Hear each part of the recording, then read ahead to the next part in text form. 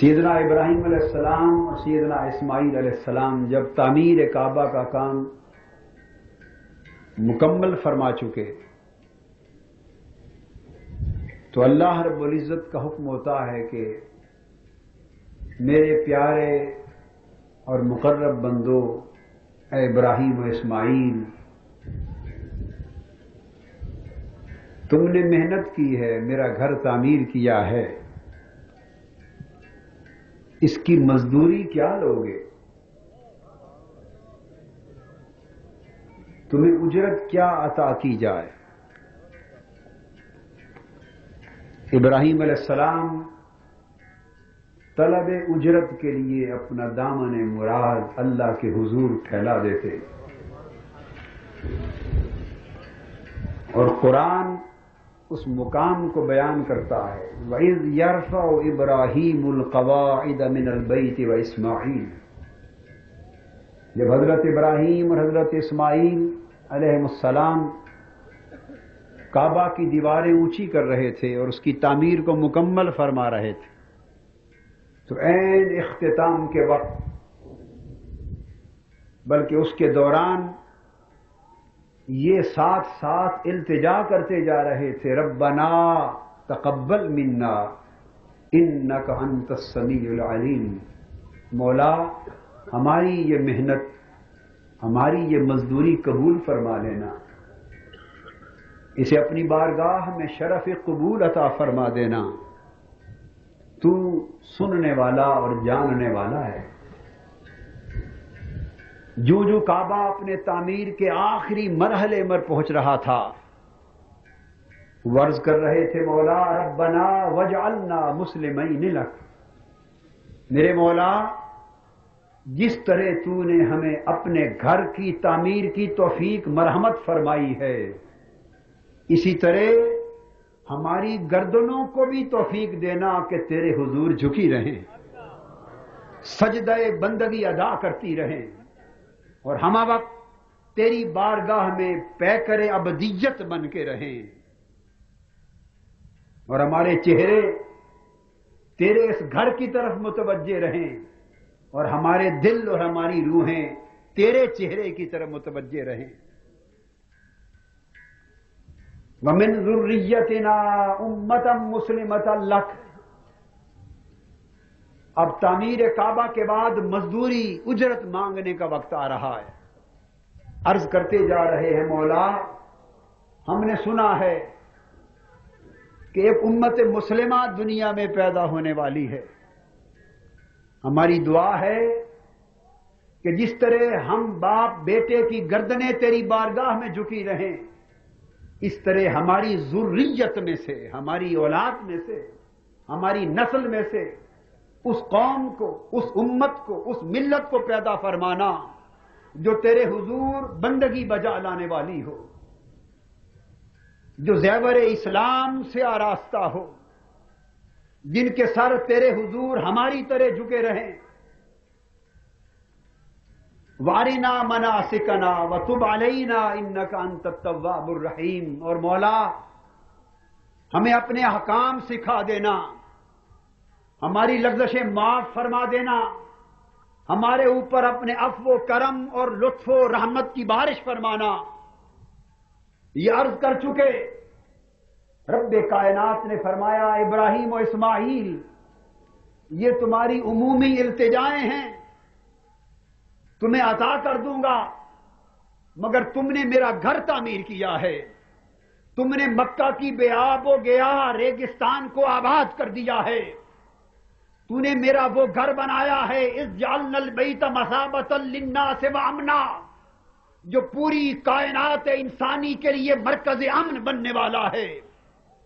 تم دونوں باپ بیٹے نے مل کے میرا وہ گھر بنایا ہے جو شرق سے غرب تک ساری نسل بنی آدم کا مرجع بننے والا ہے، جس گھر پر میری برکتوں کا نزول ہونے والا ہے، جس سرزمین پر میری رحمتوں کا ورود ہونے والا ہے، جس کی طرف مشرق سے مغرب اور شمال سے جنوب تک اس کرۂ ارضی کے تمام کناروں سے لوگ لبیک اللہم لبیک کی ندائیں بلند کرتے ہوئے چلتے ہوئے آئیں گے اس گھر کا طواف ہوگا، اس گھر میں اعتکاف ہوگا، اس گھر کی زیارت ہوگی، اس گھر کا حج ہوگا. یہ گھر پوری نسل بنی آدم کا مرکز و محور اور مرجع ایمان ہوگا. اور یہ سعادت ابراہیم تم کو نصیب ہوئی، اے اسماعیل تم کو نصیب ہوئی کہ میرا گھر، یہ مرجع عالم، یہ محبت انوار الہیہ، یہ مرکز رحمات الہیہ تمہارے ہاتھوں سے تعمیر پائے. اب میں چاہتا ہوں کہ کوئی اجرت خاص مجھ سے مانگ لو، کوئی خاص مزدوری مجھ سے مانگ لو. گھر تعمیر ہو چکا، کعبہ اپنی چھت تک پہنچ چکا. ابراہیم علیہ السلام کعبے کی چھت کے قریب کھڑے ہیں، پتھر بلند ہے. حکم آ رہا ابراہیم و اسماعیل کوئی خاص نعمت مجھ سے مانگ لو. آج میرا دریائے رحمت جوش میں ہے، میرا بحر کرم جوش میں ہے، میرا دست عطا اٹھ گیا ہے. تم کوئی دامن مراد پھیلاؤ، کچھ مانگو تمہیں عطا کر دوں. آج عطا کا وقت ہے، قبولیت کا وقت ہے. ابراہیم علیہ السلام کے ہاتھ اٹھتے ہیں، اسماعیل علیہ السلام کے ہاتھ اٹھتے ہیں.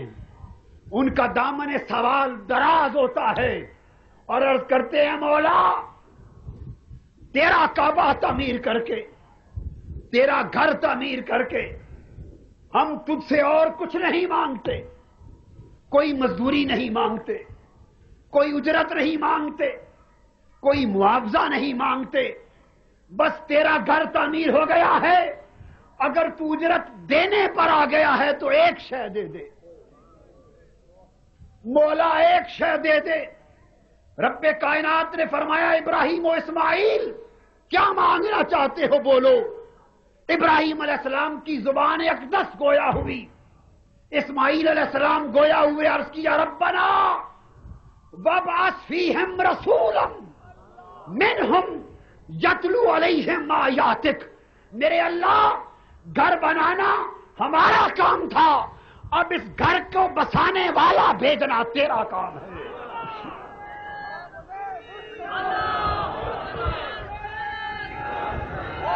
میرے مولا تو نے ہمیں توفیق بخشی، ہم نے تیرا گھر تعمیر کر دیا. اب اتنا کرم کر، اور کچھ دے یا نہ دے، یہ مزدوری دے دے کہ مولا آدم علیہ السلام کے وقت سے سنتے آ رہے ہیں کہ تیرا ایک محبوب ہے، تیرا ایک نور مطلق ہے، تیرا ایک مرکز محبت ہے، جس کی خاطر تو نے ساری کائنات کو بنایا تھا، جس کی خاطر تو نے زمین و آسمان کو تخلیق کیا تھا، جس کی خاطر تو نے عرش اور کون و مکان بنائے تھے، جس کی خاطر تو نے لوح و قلم بنائے تھے، جس کی خاطر تو نے جنتوں کے باغ سجائے تھے، اور جس کا نام تو نے اپنے نام کے ساتھ ملا کر اپنے عرش پہ لکھا تھا، جنت کے دروازوں پر لکھا تھا، جنت کے ہر خیمے پر لکھا تھا، جنت کے ہر درخت کے ہر پتے پر لکھا تھا. مولا تیرے اس حبیب کا نام محمد ہے، اور تیرا وعدہ ہے کہ وہ آخری نبی ہوگا، اس کی آمد پر سلسلہ نبوت ختم ہو جائے گا، سلسلہ رسالت ختم ہو جائے گا، اس کائنات میں بعثت کا نظام بند کر دیا جائے گا. میرے مولا اتنی التجا ہے، وہ محمد صلی اللہ علیہ وآلہ وسلم تو نے بھیجنا تو ہے ہی، مجھے اس کا دادا بنا دے. یہ مزدوری مانگی، مولا مجھے اس محمد کا دادا بنا دے. اس محمد کو میری نسل میں پیدا کر، میری ذریت میں پیدا کر، تاکہ قیامت کے دن ہر کوئی اپنی کسی نہ کسی شناخت کے ساتھ پہچانا جائے گا، ہر کوئی کوئی پہچان لے کر آئے گا. کوئی خلیل ہوگا، خلت کا بھی ٹھیک ہے درجہ تو نے دیا، کوئی صفی ہوگا، کوئی کلیم ہوگا، کوئی نجی ہوگا، کوئی روح ہوگا. ہر کسی کی شناخت ہوگی، ہر کسی کی پہچان ہوگی، ہر کسی کے درجات ہوں گے. مولا وہ سارے درجے، وہ ساری شناختیں، وہ ساری پہچانیں ایک طرف، میں چاہتا ہوں کہ قیامت کے دن اٹھوں، کوئی کسی نام سے پکارا جائے، میں محمد کا دادا کر کے پکارا جاؤں، میں محمد کا دادا کر کے پہچانا جاؤں۔ اولادیں باپ دادا کے نام سے پہچانی جاتی ہیں، میں پوتے کے نام سے پہچانا جاؤں۔ وہ محمد میری گود میں دے دے، میری ذریت میں دے دے، میری نسل میں دے دے، اور وہ محمد صلی اللہ علیہ وسلم میری ذریت میں بھیج۔ یہ گھر بنانا میرا کام ہے، اس گھر کو بسانا تیرا کام ہے۔ اب اس کو بسانے والا یہاں بھیج دے۔ رب کائنات نے فرمایا ابراہیم تیری دعا قبول ہو گئی، تجھے محمد کا دادا بنا دیا صلی اللہ علیہ وسلم، تجھے محمد کا دادا بنا دیا صلی اللہ علیہ وسلم۔ کعبۃ اللہ آباد ہو گیا۔ وہ پتھر جس پر سیدنا ابراہیم علیہ السلام نے کھڑے ہو کے دعا مانگی تھی، وہ پتھر محفوظ کر دیا گیا۔ ابراہیم علیہ السلام کھڑے تھے، حضرت ابراہیم زندگی میں ہزاروں پتھروں پہ ان کے قدم آئے ہوں گے۔ وہ عراق میں بھی پتھریلی زندگی زمین پہ رہے، وہ ملک شام میں بھی پتھروں پر رہے، وہ عراق میں بھی چلے، شام میں آئے، عرب میں آئے، ہزاروں لاکھوں پتھروں پر حضرت ابراہیم کے قدم پڑے ہوں گے، مگر ان کے قدموں کے نشان کسی پتھر پہ محفوظ نہ کیے گئے۔ قدم پڑتے رہے، قدم مٹتے رہے، پتھروں پہ قدم پڑتے رہے اور مٹتے رہے۔ یہ وہ پتھر تھا جس پر ابراہیم علیہ السلام کھڑے ہوئے۔